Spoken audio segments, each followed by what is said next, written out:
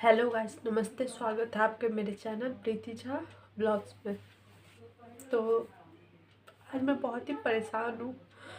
कल माँ भी चली गई गाँव, तो माँ के जाने की तैयारी हो रही थी। ये तो मुझे पता था माँ 10 दिन में आएंगी, तो उसका उतना ही टेंशन वाली बात नहीं थी। पर जैसे माँ को छोड़ के आई आराम की, वैसे घर में अच्छा नहीं लग रहा था क्योंकि माँ के साथ रहने लगी थी तो आदत पड़ गई था। तो शाम जैसे हुआ, आज 4 महीने से, जनवरी फरवरी चल रहा है, नहीं, अक्टूबर नवंबर दिसंबर जनवरी फरवरी, आज 5 महीने हो गए हैं। मेरी माँ भी मेरे साथ थी। तो आज मेरे हस्बैंड और मेरे ससुर जी जो है वो ना मेडिकल का कंपनी है, उसमें काम करते हैं। तो ना वो कंपनी बहुत अच्छा है, हमें कुछ परेशानी नहीं है उस कंपनी से। अपना 9 बजे सुबह जाते हैं, 9 बजे रात को आते थे। तो 12 घंटा का काम होता था, सैलरी सही थी, हमारा अच्छे से चल जाता था, कुछ सेविंग भी हो जाती थी।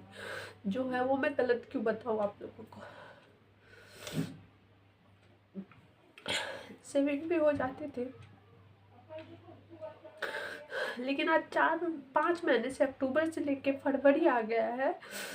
क्या हो रहा था, चलो भाई 8 घंटा ही काम हो रहा था। तो 8, ठंडे में वैसे काम कम हो जाते हैं, तो 8 घंटा ही काम हो रहा था। तो सैलरी भी कम मिल रही थी, पर हमें ये उम्मीद था कि भाई आज नहीं तो कल फिर से 12 घंटा का काम होने लगेगा, तो सब कुछ सही हो जाएगा फिर से जैसे चलता था। क्योंकि हर साल 1 महीने के लिए ऐसा हो जाता कि काम ना, पानी वाला काम ज़्यादा होता है, जैसे अल्ट्रासाउंड वगैरह, तो पानी वाला काम था तो वो ना मंदा पड़ जाता है जब ठंडी आ जाती है। तो बस दिसंबर पर मंदा पड़ जाता है। पर इस बार क्या हुआ, अक्टूबर से जो काम मंदा हुआ वो होता ही गया। तो हमें उम्मीद थी भाई जब थोड़ा थोड़ा गर्मी आ जाएगा तो काम सही चलने लगेगा। पर माँ भी गई और आज के दिन हस्बैंड का फ़ोन आया, तो उन्होंने बोला कि पापा को ना शाम जैसे 6 बज गए थे, तो पापा को ना जल्दी बुला लेना। मैंने पूछा क्या हो गया, तो उन्होंने बोला नहीं जल्दी बुला लेना। फिर मुझसे रहा नहीं गया, मैं बार बार पूछ रही थी क्यों, क्या हो गया, क्योंकि पापा तो कभी 6 बजे आते नहीं, 6 बजे भले छुट्टी हो जाती है। तो मैंने बोला क्या बात है। मेरे बहुत बोलने के बाद उन्होंने ये बताया कि पापा आज बहुत टेंशन में होंगे कि अब ना मालिक ने बोला है कि 2 महीने तक ही काम चलेगा, 2 महीने बाद कंपनी बंद हो जाएगा। ये बात उन्होंने जब बोला तो ना मैं एकदम हक्की पक्की रह गई। क्या अब उनके सामने मैं रिएक्ट कैसे करूं। पर ना,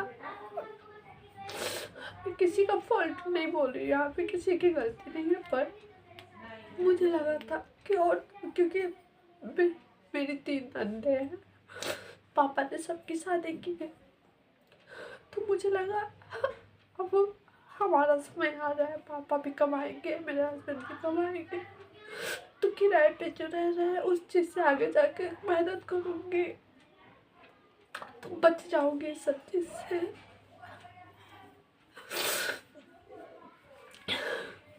तो सॉरी गाइस, मैं बोल नहीं पा रही हूँ।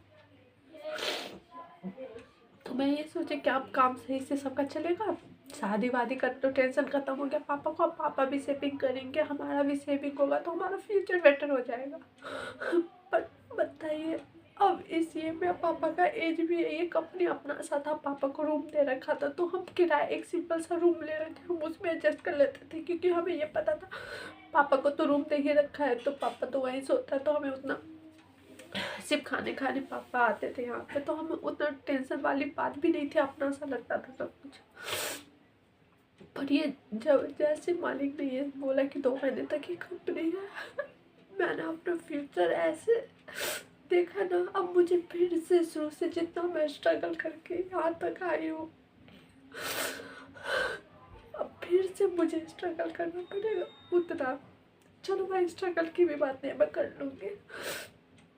पर अब इस स्थिति में तो पापा को तो कहीं काम नहीं मिलेगा, एज भी हो गया और हम करने भी नहीं देंगे। पर मैं जब देख रही हूँ ना अंकु के पापा को, तो मुझे बड़ा ही अंदर से रोना आ रहा है। मैं हौसला दे रही हूँ पर मुझे हौसला कौन देगा। बस यही आप लोगों से बताना था। मैं अपना इससे ज़्यादा मैं और ब्लॉगिंग नहीं कर पाऊँगी अभी।